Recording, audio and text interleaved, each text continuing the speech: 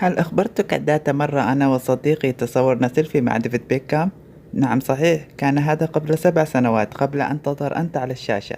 حقا مخيف. إنها بسيطة دود، فقط صوب على أي مكان باللوح وسنفوز. ماذا حصل؟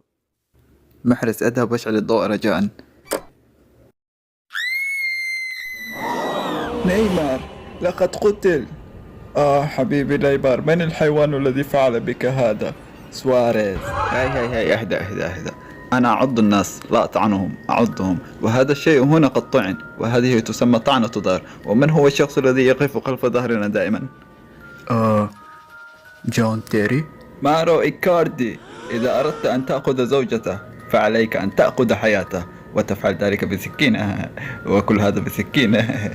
حسنا اهدأ، الجريمة الوحيدة التي أدين بها هي وقوعي في الحب. نعم، من زوجة صديقي، ثم الزواج منها والحصول على وشم من أولاده الثلاثة.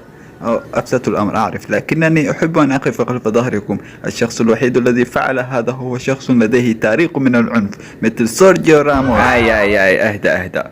كنت مع صلاح طوال الوقت. بجد بيقول الحقيقة. ومع ذلك ليس لدي أي سبب لقتل نيمار، على عكس كوتينيو. ماذا؟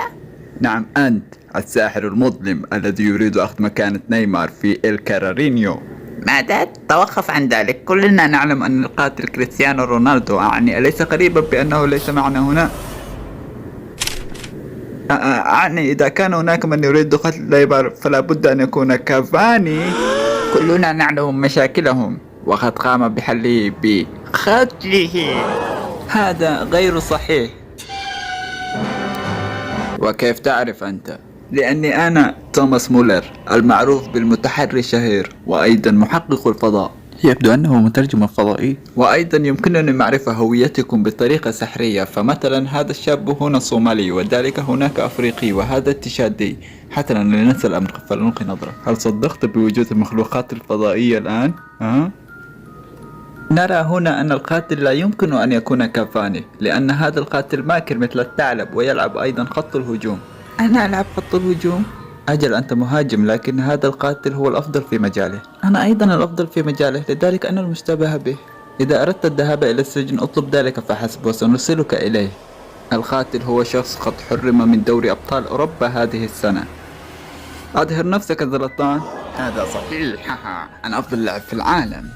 هذا ليس ما قلته، لكني لست هنا للقتل، أنا هنا لأخذ ما هو لي، الكرة الذهبية. الأمر ليس سهلا عندما لا تكون في أمريكا، صحيح؟ توقفوا عن هذا الهراء، كلنا نعرف القاتل، إنه بول. يا للهول، أنا أكره بول والقانون. قانون. مهلا، إلى من كان يتحدث نيمار قبل أن يموت؟ أنا كنت أخبره عن كيف قابلت خطيبتي. نعم، حللت اللغز. من فعلها؟ لا أحد، لأن نيمار لم يمت من الأساس، كان يتظاهر بذلك لكي يتجنب الحديث الصغير مع هاري كين. ليتك احترقت مع هتلر أنت وأولادك ووطنك أيها الألماني الحقير. ها أنا أتدحرج.